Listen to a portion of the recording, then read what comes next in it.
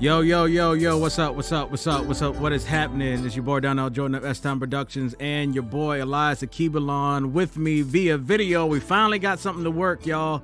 And welcome to another edition of Dog We Gotta Talk. Welcome to my colleague I'm along with the monitoring stream. Yeah, I'm doing a monitor on the phone right now, so I was just trying to make sure both of our sound was coming through, but it sounds like it's working. Okay, I'm good on my end. You should be good on your end.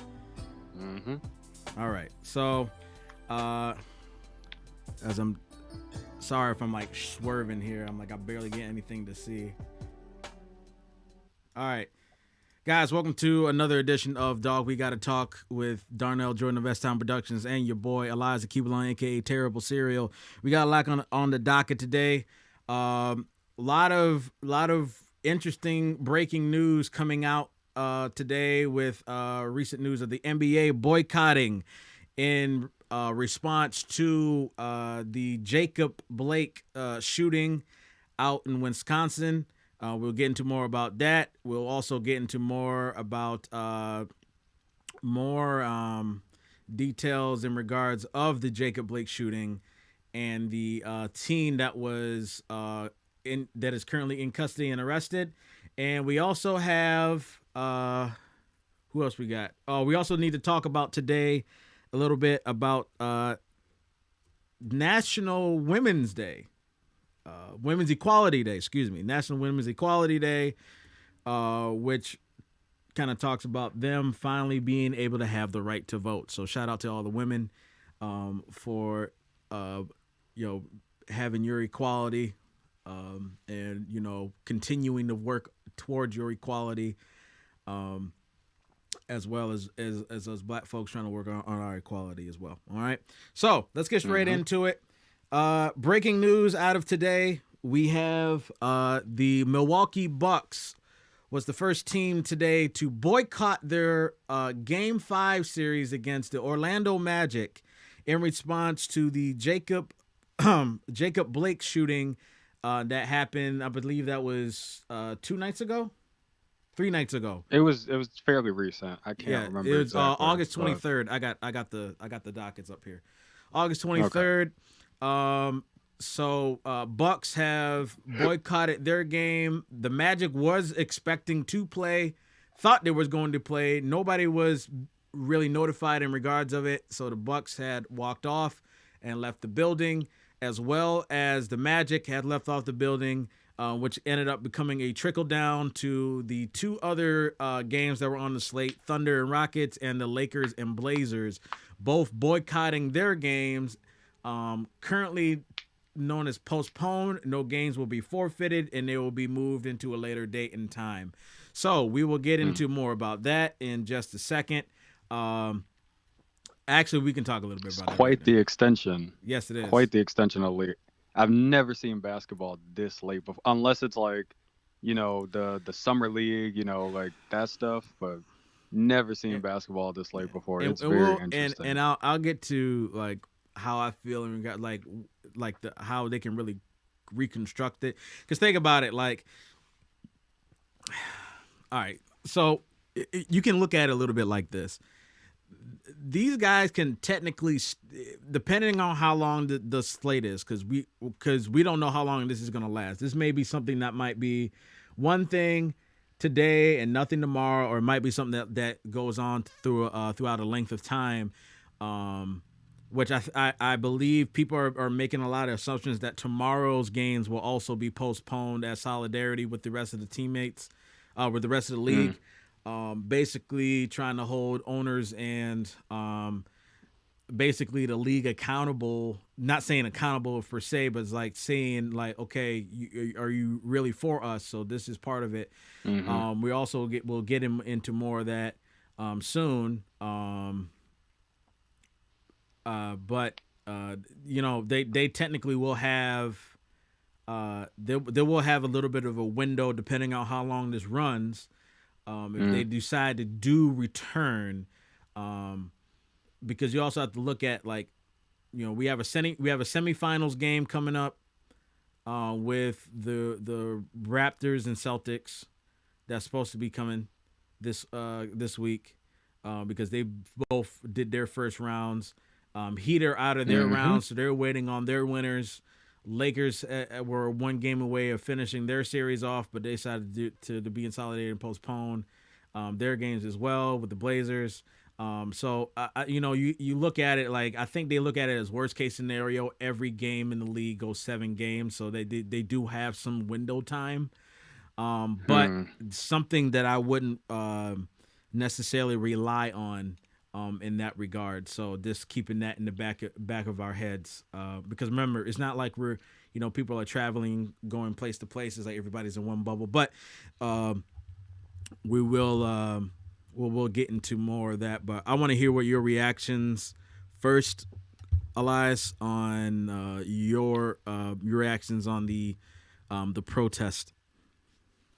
So as far as basically when I got the news, I was pretty much just in work and busy day. But when I saw it, I couldn't believe it actually, because I was just like, I was in amazement, like good amazement. But it was just like, wow, I can't believe, like, it just got so much attention that people were just like, okay, enough is enough. I'm not gonna do my job today. And, a lot of people obviously were looking forward to watching basketball. We're in the middle of a pandemic. So, a lot of people need some sort of entertainment. Right. But I think that this is a good move because for that simple fact, that same fact, a lot of people were anticipating this and it's going to spread awareness. So it's one of those things where it's like, oh, so sorry to say, we're not going to show basketball. But at the same time, these people are going to be like, oh, why aren't they showing basketball? And then it's like, all this news. So it's just like, it's perfect. It's perfect for awareness, for spread, all that stuff. I think that as an NBA player, and especially, the Milwaukee Bucks, who obviously aren't in Wisconsin, but they're pretty close, obviously. But Milwaukee is in Wisconsin. Wait, what? Milwaukee is. I thought Milwaukee. No, oh my God, school has failed me. Oh my God. Milwaukee is a city that's in the state of Wisconsin. I thought I had a blonde moment. That. For some reason, I was thinking Minnesota for some reason, but no. That's how long I've done geography for. Yep. Yeah. Yep. Well, excuse me. So, we'll put that on the blooper reel. Shaqtin' a fool. Oh my Lord. But as far as the fact that this is the team that plays in the state, I mean, a lot of these players have ties to this state and they're sick of it. They're fed up. And I don't blame them. I mean, even when the protests and the riots were happening in Buffalo, I was fed up with it. I was just like, this enough is enough. Something's got to change. And like, y'all got to hear our voice. And for these people, to sit here and say, you know what, I'm not going to play the game that I love because of the fact that I'm hurting, it's a big statement. So I wholeheartedly agree with it. And a lot of people aren't going to agree with it. And a lot of people haven't agreed with it. A lot of people say, shut up and dribble. They say like, oh, these people, what do they know about misfortunes? They're making millions and stuff like that. But the fact of the matter is the privileged have to lend their voice. Otherwise, you're not going to get hurt. So like I use this as an example all the time. Me as a man, I have privilege over woman. And I use my privilege to basically put my voice out there and to let them know I'm in solidarity with you. And I want to change, and I want to change the system as well, too. I told somebody the other day, I said, there is a privilege that I have over you, and I don't want it to exist anymore. And that's plain and simple. I don't want that privilege to exist anymore because it shouldn't have existed in the first place. So that's what the NBA players are doing. They're lending their voices because they have a bigger stage. And to be honest, like, if they didn't do this, I'm pretty sure a lot of people wouldn't even know about the situation that's going down right now. So I commend them for it. So. Agreed. I think so it's something for me, and I'm really taking my time in explaining this right now. But the way that I'm looking at this right now, with all that's going on in the world, it's a little bit of a shock. To say it is a shock. It's a shock to say the least, because and and it's not a shock in the bad way, right? It's a shock Yeah. in a good way where like you got to look at it like this, man. We've never seen this type of reaction before from anybody. We've Yeah. never seen this. So this is like brand new right out the cuff. Like nobody has anticipated this type of move being made right now, and like which in my opinion is a great thing. It's a great thing to happen because it's a great thing to happen because like it's putting people on notice, right? People got comfortable, right? And it's like, okay, we talk about it. And then we continue to talk about it. And then we're in the midst of a pandemic. We're playing basketball. Things are getting tight. And people are still having problems. Breonna Taylor still hasn't had people come out there. They're still talking about that. WNBA and the bubble still talking about that. And players in other leagues are still talking about that, right? You know what I mean? Like, and we still having this conversation like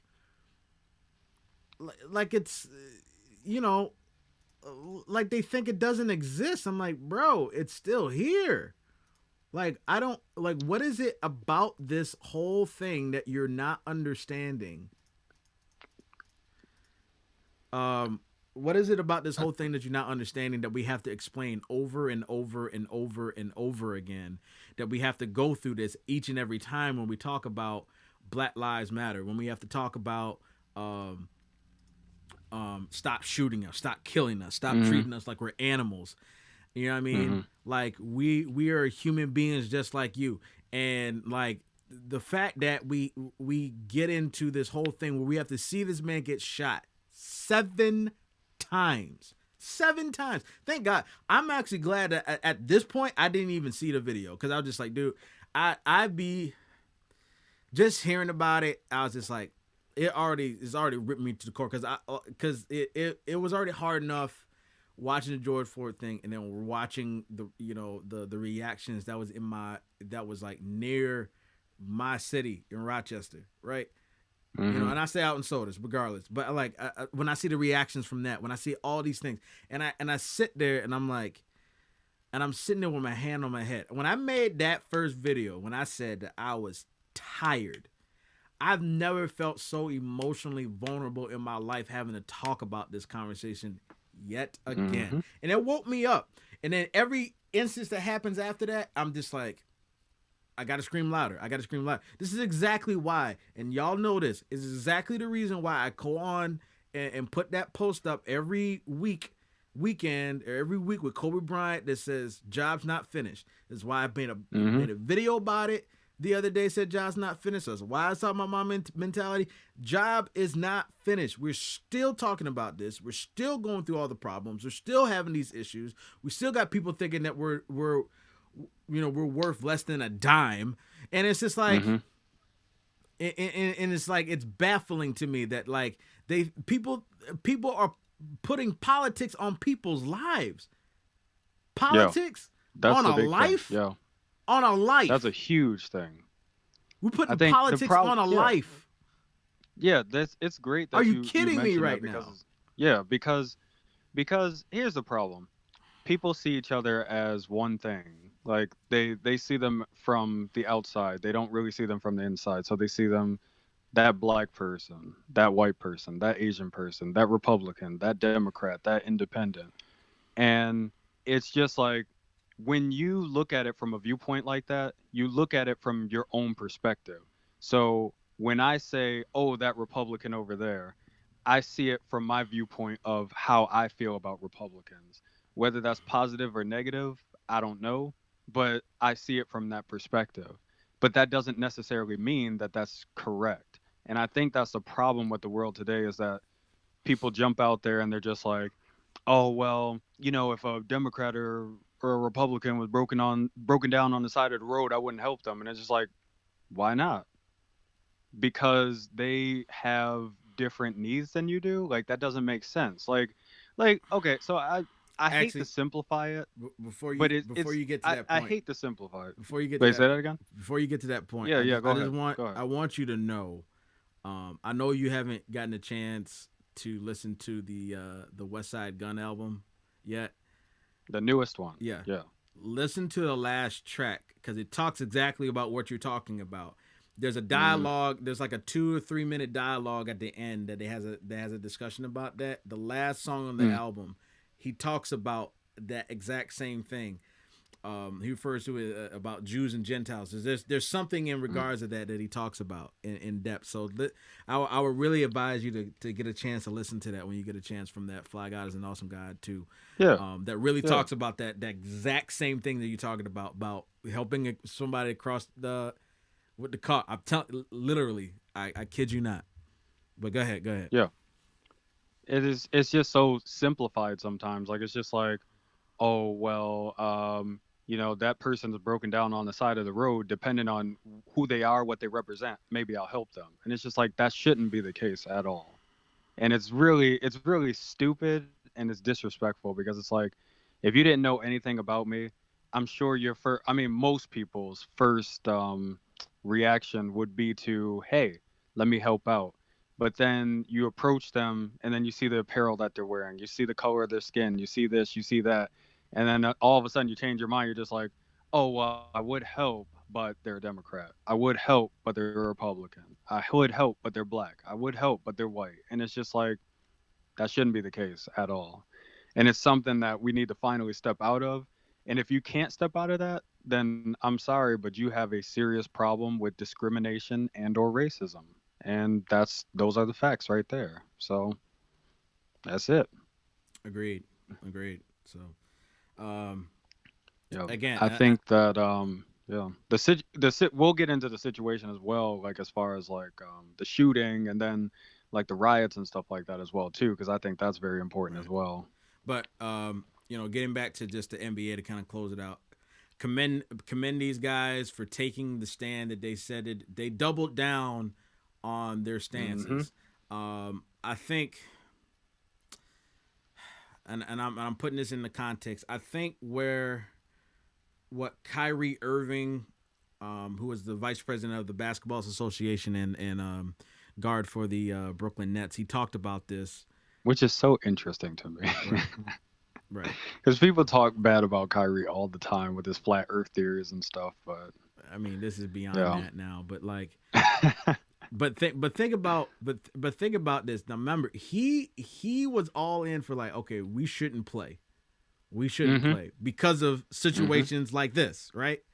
Yep. And I think like I think it was good to have both options because what it does is like what it did is for the ones that did play, are you going to be there to double down? Hmm. Are you going to double down on your stance? Are you going to Yep. double down on the stance that you made about this decision?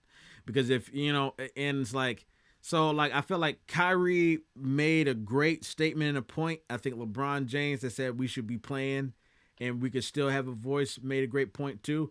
I think this stance right here, and somebody talked about this. If it wasn't for the Milwaukee Bucks and Giannis Antetokounmpo specifically being the reigning MVP of the league, right?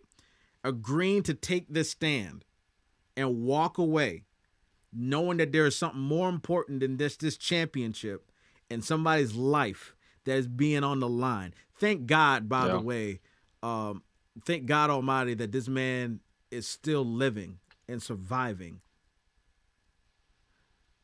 So, Yeah. we don't know, if he's gonna be able to speak or what, or move or whatever. But like, Hmm.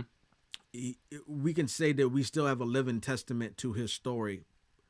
Hmm. Praise God. God willing, if it continues, because this is what we're talking about, and I don't know what these cops' motives were. Like, think about it. Like, maybe their motive were to kill him. Like Yeah. maybe they had the motive to take him out. It's because And have another when silent person that can't speak for himself. And we got millions of other people yeah, speaking for him.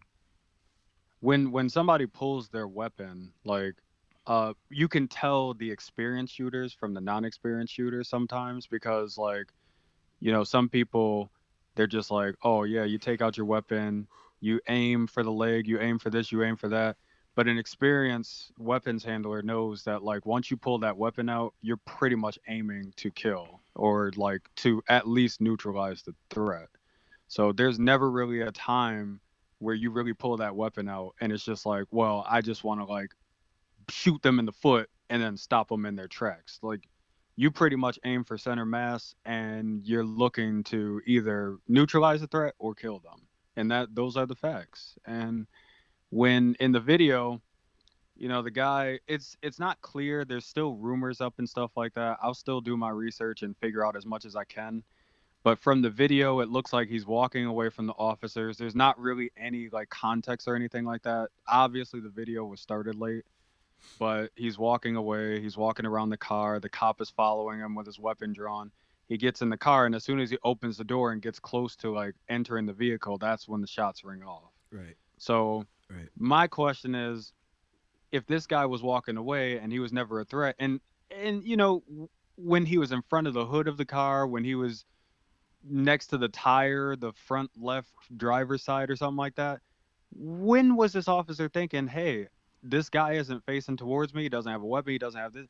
When was he thinking, hey, I can tase this guy? I could tase him, I can mace him, I can do anything nonviolent to take this guy down. I think he originally did tase him, though. I thought that was part of the. Did he tase him? I believe so, but let me make sure that he was. So hang on. The problem. So I was gonna say the problem is there's not a lot of the footage that I got was very vague. Like it starts as soon as he starts walking around. So according to what I'm having here from the Wikipedia news about it, police were attempting to arrest Blake during a domestic dispute, during which Blake was tased and scuffled briefly with officers. So I'm assuming that probably was the start that led from tasing to gunshots.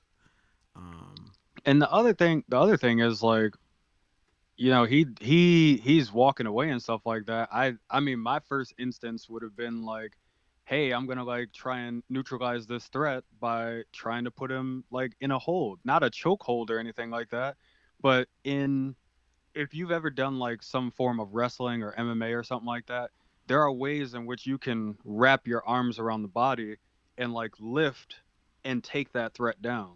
Like it's not hard. Like if you do it correctly, you can take down a threat that could even be bigger than you. The problem is there's not really too much protocol and training when it comes to law enforcement. So it's pretty much just, it's either 1 or 0. It's either, okay, I'm gonna shoot this guy, or okay, he complied, he's on his knees, I can arrest him. There's not really an in-between at all. And that's the problem.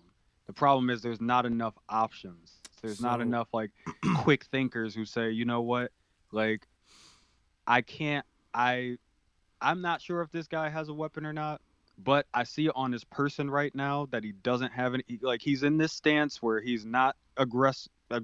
He's like, he seems to understand me.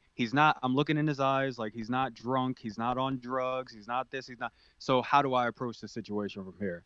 And that's where the quick thinking comes in. And a lot of people say, oh, the job is hard. And it's just like, yeah, the job is hard. That's why not everybody gets into it. So you don't see us hiring everybody as doctors. You don't see us hiring everybody as engineers. You don't see us hiring everybody as astronauts. Those are hard jobs, and it takes a certain person to be able to do that job. Same thing with the police. It takes a certain person to become a police officer. And if you can't do the job right, then you can move along and you can let somebody else take that position. So enough is enough. We got to have accountability. So we've said that. I know. So I'm looking through some feeds right now. Apparently, inside the NBA it was started at 6:30. Kenny Smith apparently made a small statement, took his microphone off, and walked out of the studio to be in solidarity with the players. Wow. He says, as a black man and as a former player, it is best for me to support the players and not be here tonight. Yeah. That's powerful. This is his own words. I feel bad that we was making fun of Kenny Smith yesterday. We talked about how he was bow-legged and he got weird dressing. Like he dresses weird and stuff. But I respect that, man. I respect Kenny. Like that takes a lot to do something like that. So I respect it.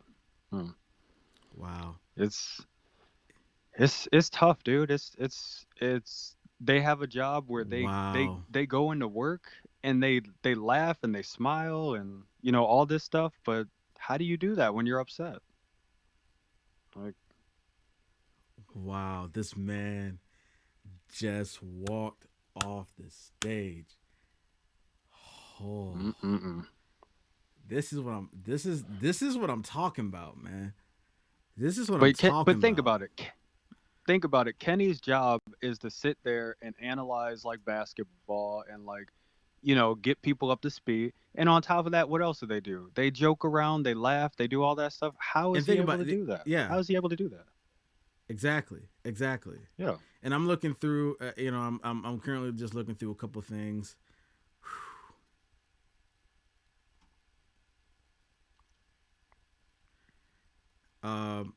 There's some statements that Chris Webber is saying right now.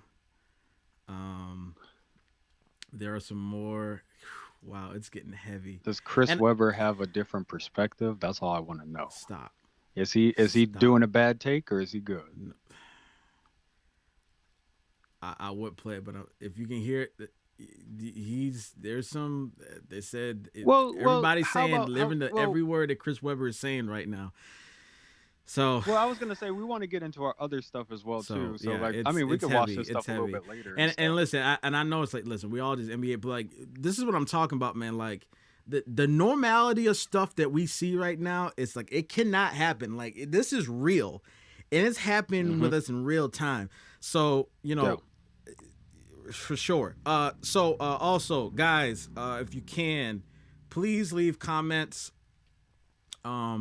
Please leave comments in the description about any of this right now. Tell us how you feel. We want to hear your voices. We want to hear what you got to say. I see about 3 to 5 people on the chat right now.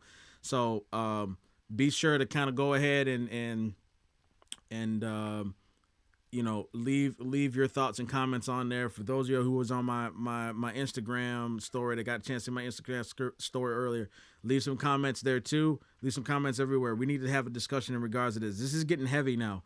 I'm telling you, y'all think this is normal. It ain't normal, man. Y'all got to be ready. Y'all got to be ready right now. So this is serious. This is serious for real. So getting back, I feel like this is a 3-part series conversation because we still haven't even gotten into the whole rioting in Wisconsin. And I'll let you want to lead off of that, or I can look up some of the information on that real quick. So basically, there's a person in custody right now, a 17-year-old. I was reading the article earlier. I really don't remember his name. I really don't care to remember his name either. But I mean, we'll get into hang on, I got it. Yeah, there's a lot. The problem is there's a lot of news that has flown out in the past couple of minutes since I've heard about the story. It's been the past 4 or 5 hours. Yeah, and it's just so much to digest. But I forgot. Before we move into the shooter, I forgot the guy. What was his name one more time? The guy who got shot in the back. Jacob Blake. Yeah, Jacob Blake. There's a dispute as to why he was walking away from the officers, and one of the theories right now is that apparently he was there to break up a fight, and I guess the fight escalated. The cops came, and he was just like, "Okay, I'm out." And I guess they were trying to detain him because they thought he was a part of the fight, and he probably got frustrated, and that's why he was walking away. If that's the case, then it's just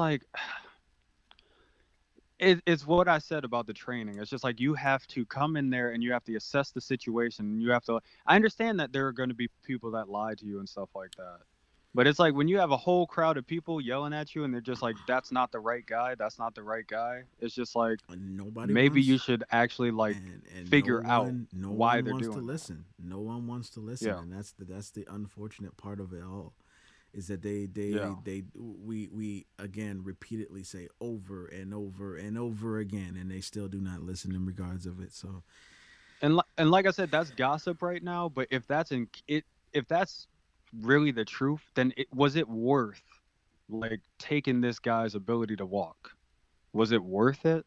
Like, were you trying to put out a statement? Were you trying to prove something? Were you trying to puff out your chest and be the big man or something? Like, I don't get it.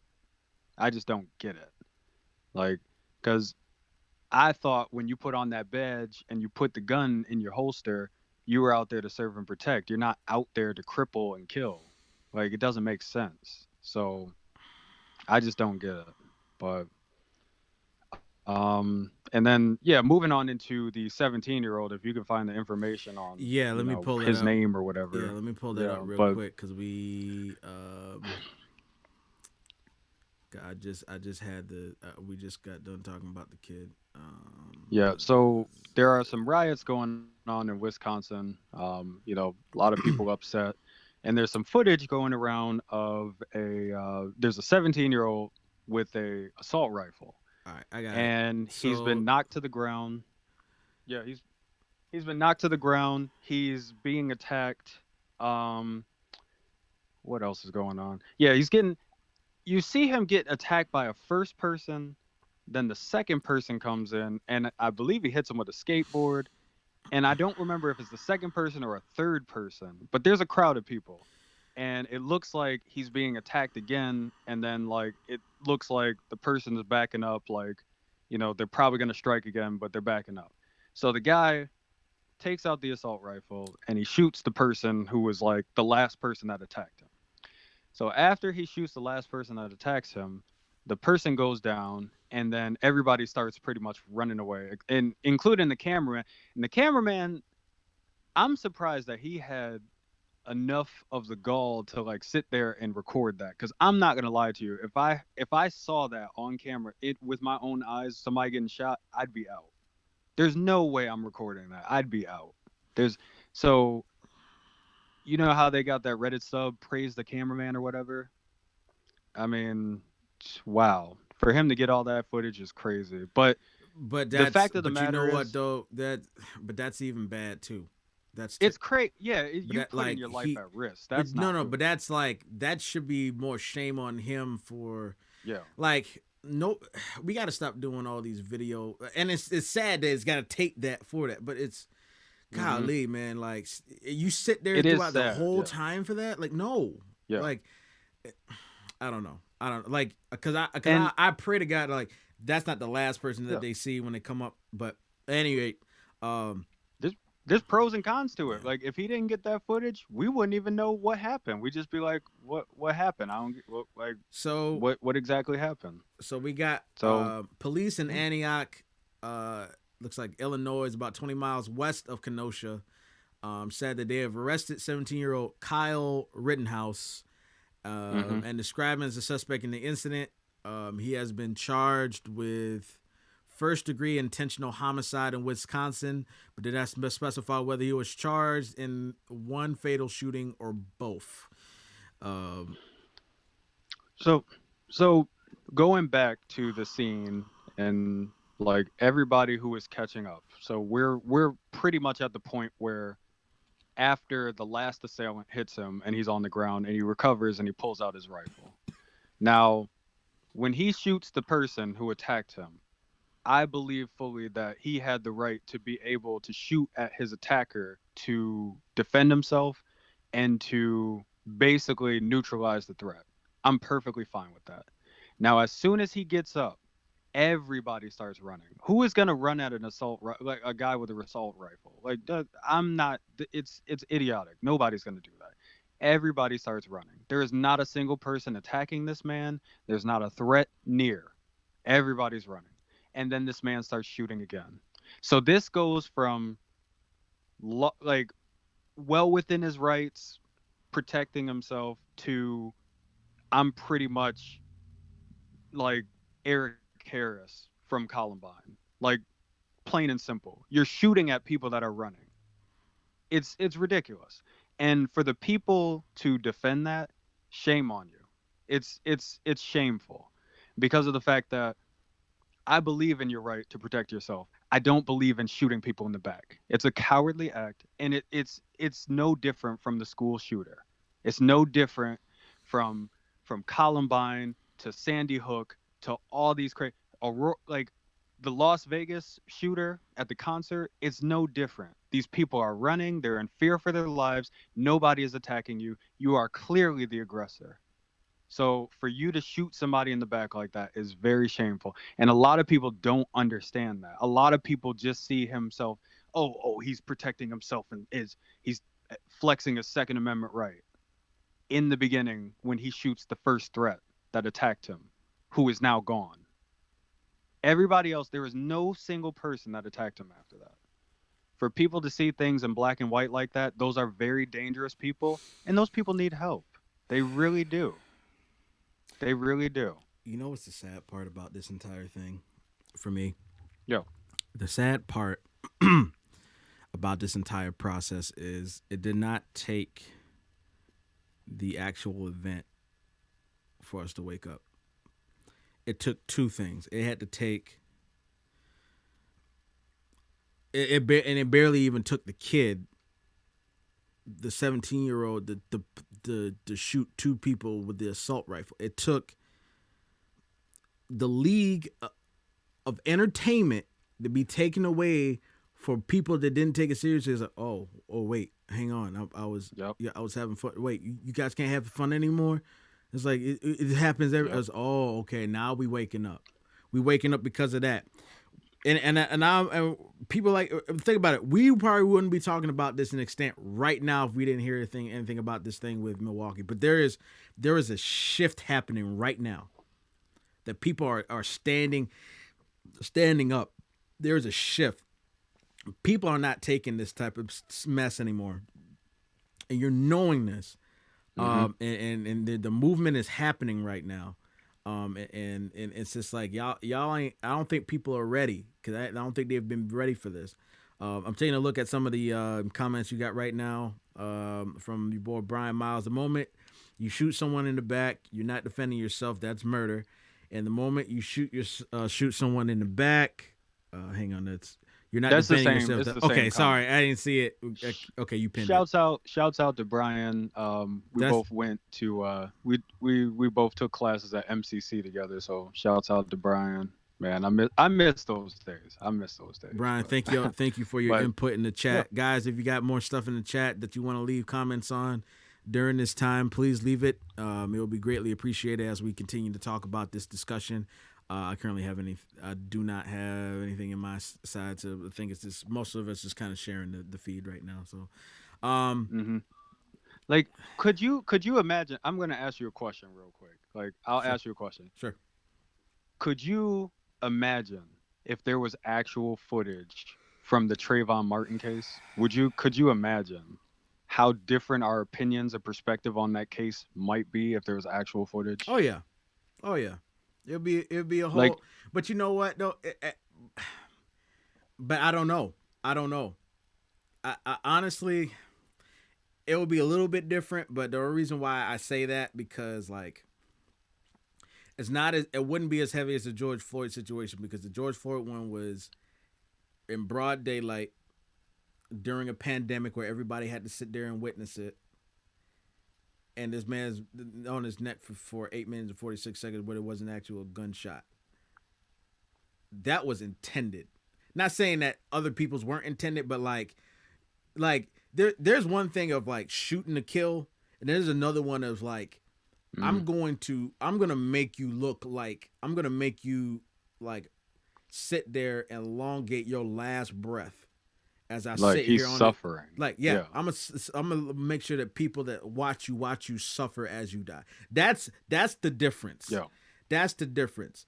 I think I'm not saying that the Trayvon Martin thing would be the same. I think this whole pandemic with everything going on in the world and everything like on a stop, there's no distractions. And that's why I bet you if Trayvon's was in this time period right now during the pandemic where everybody was sitting at home and watching this, this would maximize this would maximize it too. Mm-hmm. I think that's the reason. Yeah. I think that's the only reason. I think if it wasn't for George Floyd, we wouldn't talk more about Trayvon Martin. If it wasn't for George Floyd, we wouldn't talk more about Breonna Taylor. If it wasn't for George Floyd, we would talk about Ahmaud Arbery. If it wasn't for George Floyd, we wouldn't be talking about. And I'm not saying like it was just, you know, he's the only life that really mattered. But he was the one that, unfortunately, everybody started waking up to and wanted to start to make a turn for. It's like now everybody's aware and awake when y'all see that. But beforehand, y'all was like, oh, okay. And it was just, and you know, and I give my dad a lot of credit. My dad said it the best. It's like, we failed Colin Kaepernick when he did the knee the first place. Also, remember, there was a army soldier that was in Vietnam that gave the suggestion for the knee. He would have been sitting down on the bench. You're talking about what is his name? Let me look it up. Go ahead, keep going. I'm just gonna look his name up. All right. So, but if it wasn't for him, he tried to put it into more respect, and then again they flipped the narrative, thinking it's about, oh, he's not about the troops. The troops was the one that told him to do the knee. So it's like you're contradicting yourself, and it's just like it's crazy that you think that way. So it's like, if you think of it, you're actually disrespecting one of your soldier members because he's the one that made that request. So what are you calling him? You're not calling him a soldier anymore? But so the interesting point that you make about that. So the guy's name is Nate Boyer, right? Mm-hmm. So the interesting story about Nate Boyer, and I've heard a little bit about the story, and you know, I think it's an interesting story. But yes, he does talk with Nate Boyer, and Nate Boyer gives a suggestion of, didn't he send a letter to him about that? I don't remember, but I know that Nate Boyer is basically let me see, because I'm pretty sure. Was he the one that was actually killed as well too in the line of duty? Let me see. He played football as well too. Let's see. He was a long snapper. I had no idea. He played for the Seattle Seahawks in 2015. Okay. Let's see.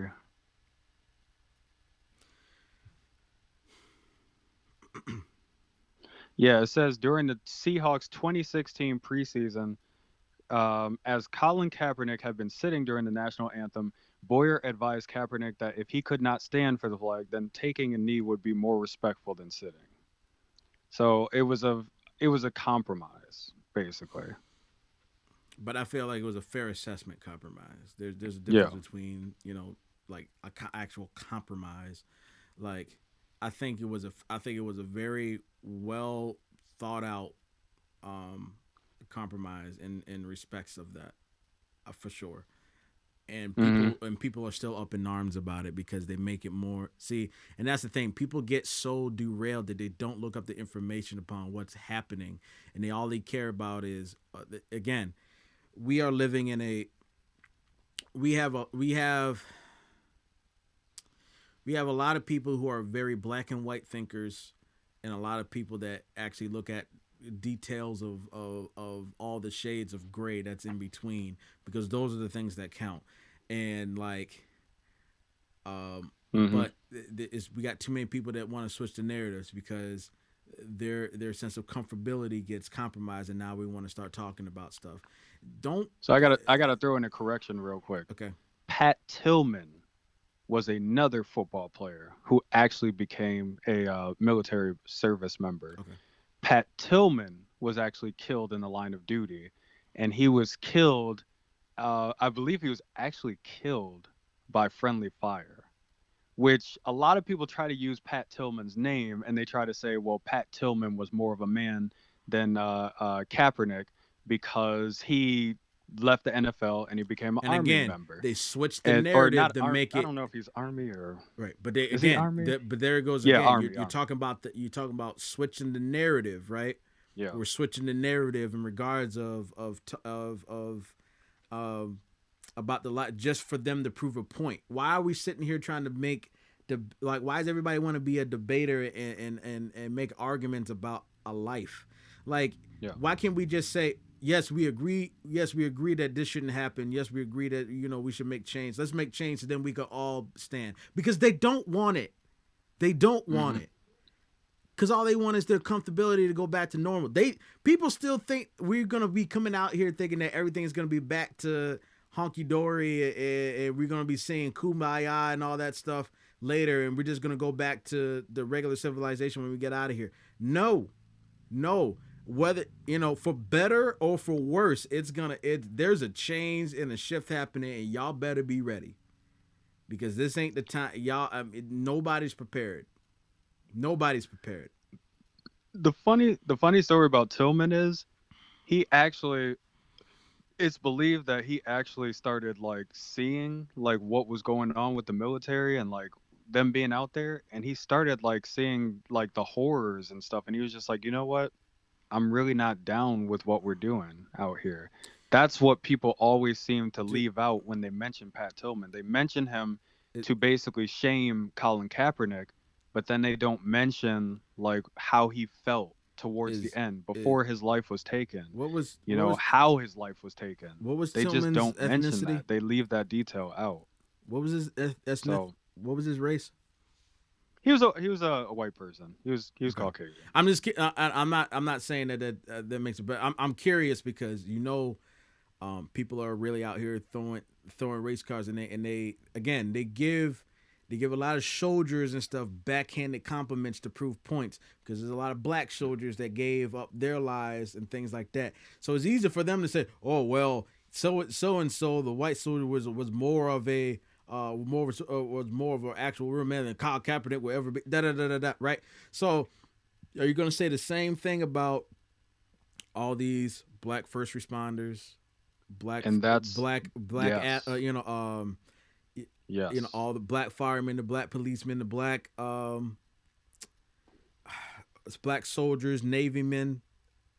Because it seems as if they don't exist. They don't exist. Like, are we going to talk? Yeah, like, and I'm again. They make the narrative about it's us against everybody else, and we hate them. It's like, no, we don't hate them.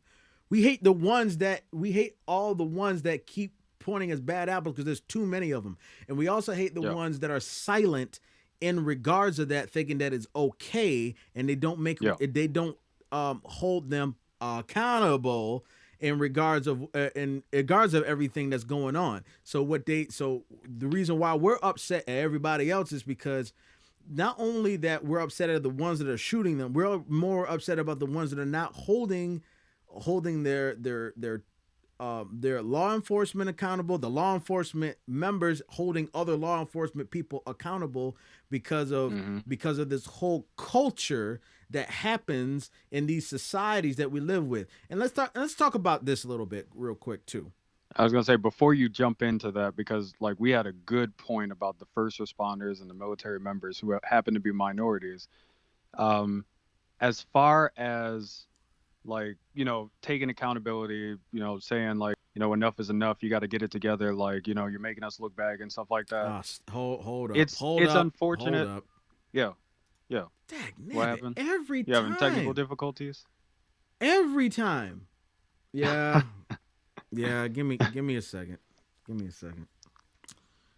Okay. I give you a little bit of time. Do you want me to just go into what I was gonna say? Just hold tight for a minute. I want to make sure we're okay. Good before, because this should be just a quick reconnect. I just want to make sure we all good. Okay. Let me check because I'm gonna have to start up again. Not just kind of just do like a quick recap of where we at right now. Yeah. Yeah. I just want to see where we going with this. Are we streaming now? It's good now? I can't tell. It's not showing my... Hang on.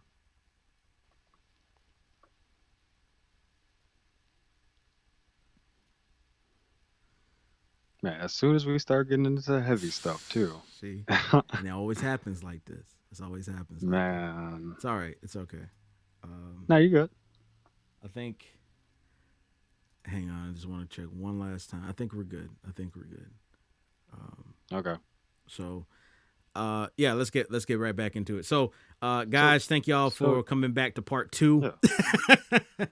yeah. Sorry that we're having again technical difficulties in regards to this, but we did good for about 50 minutes. All right, Yeah. so Yeah. give some credit here. But if you guys have missed what we've been talking about, we've really been getting into some serious discussions in regards of the Jacob Blake shooting, the responses of that. We're really getting into the in depth about the lives, and basically we got into a little bit of the discussion of Colin Kaepernick and people making the back and forth comparison, saying, why, this versus that, and basically excluding all other first responders are actually trying to make differences in the world about this. So,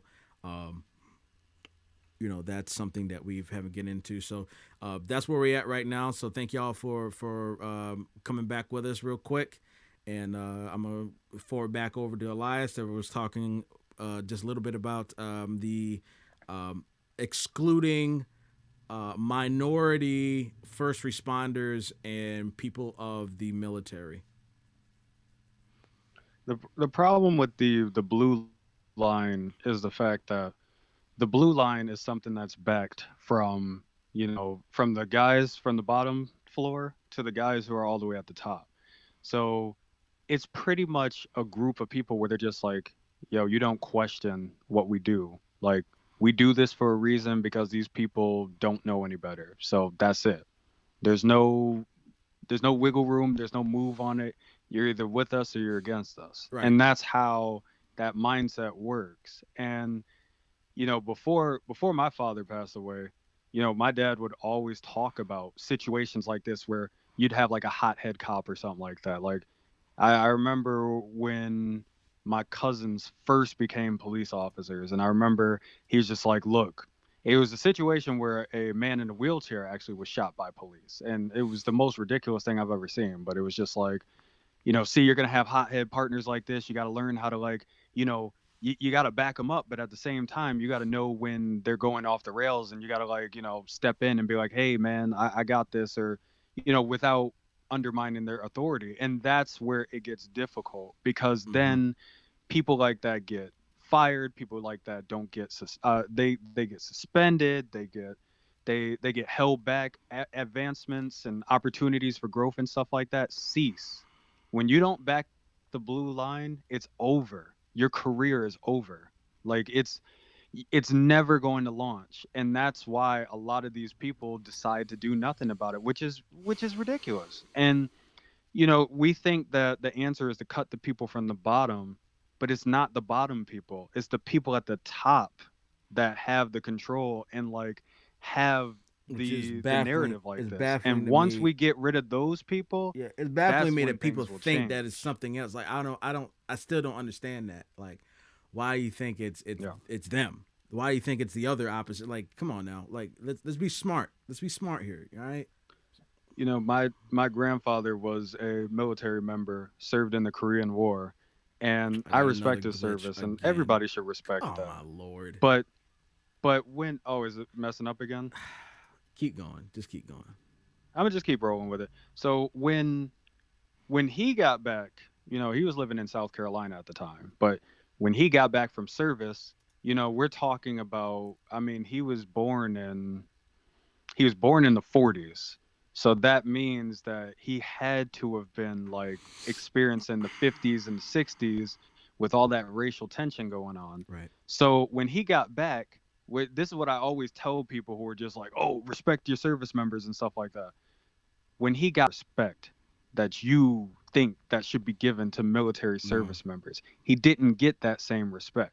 When he got back, he didn't get flowers, and he didn't get, like, cheers and hip hip parades and stuff like that in a parade. When he got back, there were dogs. There were water sprayed at them from fire hydrants. Like he was met with billy clubs and stuff from police. Like he was met with people like coming into the town and just destroying the town from the Tulsa, Oklahoma event to all these other events where there was a lot of like just white people coming in and just destroying their neighborhoods because oh so and so uh uh who's the kid Emmett Till looked at a white woman funny, so now we got to string him up. Oh, so and so possibly raped this woman. We don't have any proof on it, but we're gonna burn their town down. That's how the environment was Why? for a black military member that served this country. That's how the environment was. And when people say, "Oh, respect your military members and stuff like Respect the that," blacks. I tell them Respect the save black it. military. I tell Respect the them save it. Hispanic military. Respect all those people that were LGBT members in the military fighting for your lives. Respect them. Nah, there's always see that again. They blanket it. They blanket it to make Mm-hmm. it look good for to look good for them. So they try to make it this whole wide world. But then when we mention specifics, oh well, we're not talking about him, or we're not talking about her, Yeah, or we're not talking yeah. about them, right? So But it shouldn't exist. what is it? It shouldn't exist. What is it? Yeah, yeah. If you're gonna be Think there, about be all the way there. yeah. Think about the Tuskegee Airmen. Or are you gonna hold them? Tuskegee Airmen. Think about how the Tuskegee Airmen served in World War II, right? These guys served in World War II. These guys were the finest, the fighter pilots that they pretty much had to offer. These guys never lost a single mission. These guys were undefeated. These guys flew thousands of missions where they had to escort and protect people. They never lost a mission out of thousands of missions. And I mean, they obviously got attacked. A lot of their members got killed, but they never lost a single mission. And when they came back to America, what happened? Did they get the respect they deserved? Absolutely No. not. Absolutely not. And that's the sad part about it. That's the absolute sad part about this entire conversation. It's like we try to talk about it, and then it's like, nah, no, like it's a side thing. Like, are you kidding me right now? Like, are you kidding me right now? We're talking about World War II, the war that we still talk about to this day. We're talking about one of the biggest battles in American history. Exactly. And these guys served in it. They served their purpose. They helped out. And when they got back, they got no respect. Nothing. Nothing at all. It's crazy that it goes that way. But yep. Thank you for your very lovely insight about that. Guys, thank you for dealing with the technical difficulties at this time as we were dealing with some stuff on my feed. It seems like it always happens around like the 45-minute mark, but we thank y'all for that. So before we go, I want to give a quick shouts out to all of the women out there. Well, I don't want to say congratulations, but happy. I mean, it's a joyous moment. So I should say congratulations and happy National Women's Rights Day.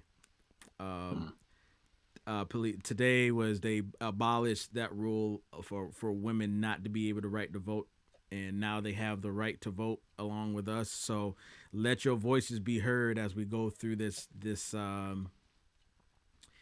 next journey in this election. Let your voice be heard. You know, y'all fight. You know, women fought hard for this, and let's continue to do that. And I want to give a shout out to all of the activists, women, especially in locally, for basically talking about the Black Lives Matter movement and how much importance that means to them about their own movement with the Me Too movement and feminism and women's rights, and giving them the respect where respect is due, and just giving them the just the due diligence and the complete fight. You know, we men owe you a lot, and we want to give you guys the platform and given point in time that you need it, when it's going for the right causes. And I thank a lot of you for it. You know, I got a lot of people on my Instagram feed that are very strong activists during this Black Lives Matter movement. Mm-hmm. You know, people who are that I've talked to at art collective galleries and live shows. Former friends of mine, Tatiana Connor and Erica Lubman and I think her name is Christina. She runs, and I hope I got her name right. She runs a. Actually, let me get this name correct because I'm gonna feel stupid if I don't. I do. I'm gonna get this name right. And I already know I'm buffering, so I really don't care at this point. And it's and I know what it is. It's just because it's overload, and like I said, guys, if you guys would love to support us to have more discussions like this, it'll be greatly appreciated as we go through this.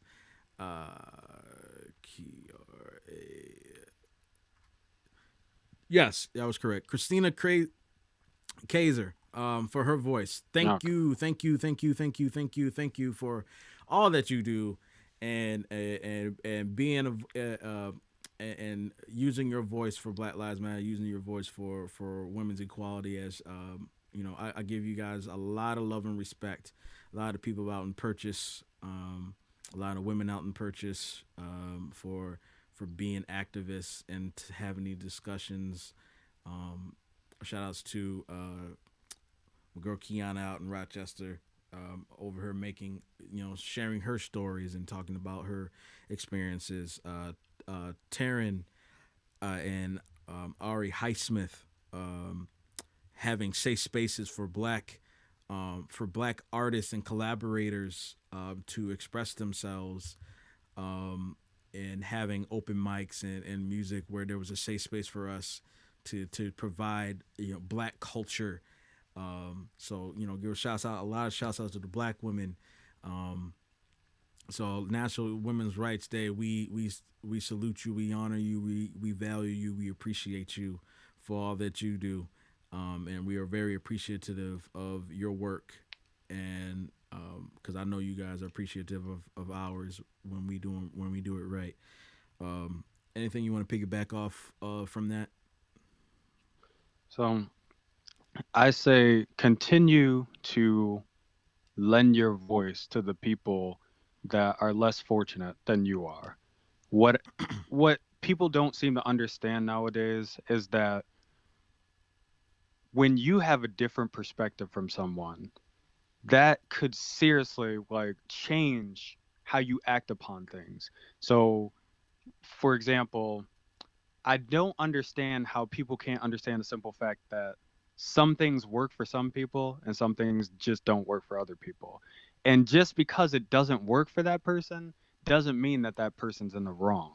And I think that's the biggest takeaway that people need to take. So that I continue to lend my voice to the less fortunate.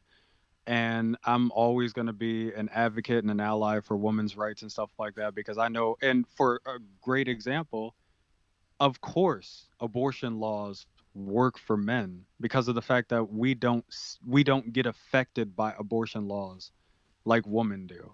So of course you're going to be happy with the fact that, oh, the abortion law, it doesn't really matter for me. Yeah, because of the fact that it doesn't really affect you like it does with a woman. And that's what people need to understand. Agreed. That when you come out and we're just like, oh yeah, Black Lives Matter, and like, we need better police support and stuff like that. I'm going to be upfront with you. Like, I'm coming from a standpoint where I'm an African American with a family full of law enforcement like people, and I respect their service every day and everything. And I see it from both sides, and it's tough. But what I would like to say is that you need to understand that we're living in a world today where we need to be more cognizant. We need to be more understanding of different perspectives. For real. Because all this whole like, oh well, if they would just do this, they would just do that, it's not solving anything. And It on ain't top that of that, we simple. don't need your opinion. And we don't need your opinion on the matter because of No, the fact that you're not out there it's with us. yeah, it's You're like not me coming us. out and yeah, it's like me coming out and saying, you know what, like me giving advice on how a ballerina could be better. I've never taken ballet a day in my life. Why would my perspective on ballet be useful for anything? So why would your perspective on how I should act as an African American be useful when you've never been an African American a day in your life? And that's where you need to understand. But I will continue to lend my voice to those who I may not understand. I may not understand what they go through. I may not ever. It might be impossible for me to understand. But I will understand that they have a different perspective because of the fact that they see life differently, and I will continue to lend my voice as an ally. and I Plain and and simple. I will repeat the same sentiments. And I want to say this as the last thing, in regards to that. Women, um, for those of you all who have felt like they've been afraid to speak upon certain things, um, in regards of equality or justice or anything like that, or think that we need to be held accountable. We want to hear your voice, but we really for some of y'all to who are reserved, we really need y'all to don't be shy and speak up for what you believe in, and let us know how to help. We open up the chat, the DMs, Yeah, everything. Not for going down in the DMs or anything. We are opening up the DMs to have conversation let's and have to it. be able to understand each other Let's and have to it. have a healthy dialogue. Yeah, I Yes. mean, we there's a time for change of that. I just put a post out earlier this morning that I just felt like I had to share. Where they was talking about um, advocate for normalizing men's emotions, instead of like blocking this up. We're trying to. And like I said, I can't speak for every man because every man wants to be there, and shame on them for those who just want to be all brolic and not and continue to struggle because they don't want to show their vulnerability and be okay with the help, and shame on the men that ridicule other men and women for speaking up upon certain things or feeling a certain way or expressing themselves the way that they feel like they need to express themselves truthfully Mm-hmm. because it's not masculine. Cut it out, Mm-hmm. stop it. Let's make a change right now because I'm sick of it. Let's have discussions that we have. Let's have those discussions. Let's have that. Yeah, I feel there's days I feel like crap. Let's talk about it. Let's talk about it. Let's not ridicule each other. And that's not like let's not try to find quick remedies and just try to get it over with. Like, let's have a discussion of how we can build and evolve from it instead of try to stay same. Trying to let's stop putting issues like this in the microwave and start Mm-hmm. cooking it in the oven with some actual TLC. Mm-hmm. Does that make much sense? Does it make sense? That makes sense. Yeah. So, but I'm opening the floodgates in the chats for all women that want to have these discussions. That feel like they that feel like they don't have a voice. That you can have a voice. Voices can be heard, but Mm-hmm. we need you to speak up and say that you don't that you're not feeling like you're being heard, and let us and knowing where we are, let us go and put that down for you. Lay down the platform for you to speak. I'll see a comment from Rob. Women need to help facilitate that too, because they've helped to create the atmosphere for men to think they cannot be vulnerable when they can't effectively communicate their emotions. Um, That's a conversation for another time. Yes. We're not going to get into that right now Yes. because that that itself is probably at least a 30-minute conversation. Yes. But yes. I'm a and like I said, we'll get into more of that. But like to summarize it, we want to give you the platform. Let us help you. I guess that would be the short and sweet. help us help you so that we don't need to help you anymore. So that you could do it on your own. Same thing. Help us so that we don't have to call out on you guys anymore. You guys that don't experience what it's like to be an African American, be racially profiled and stuff, help us so that we can get our voice and our stance so that we don't need to call on help for you guys anymore. That's plain and simple.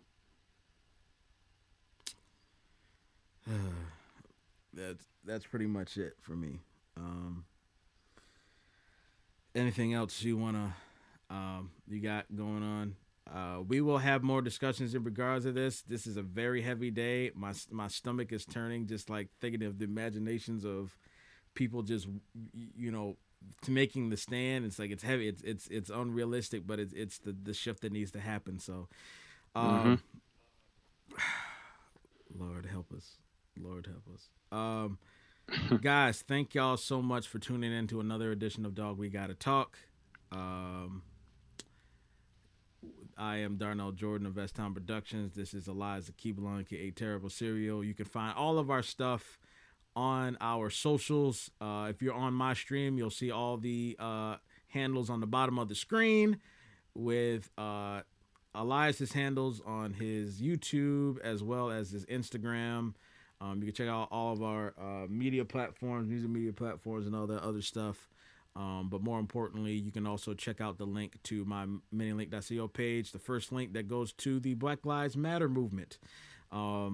Educate yourselves, teach yourselves. If you feel like willing to donate, go ahead and donate.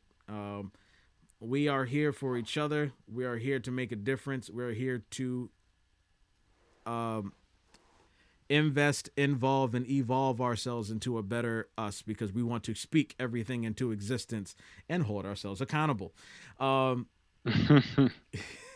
Thank y'all for tuning in. As always, God bless y'all, and we hope to see y'all soon. Hey.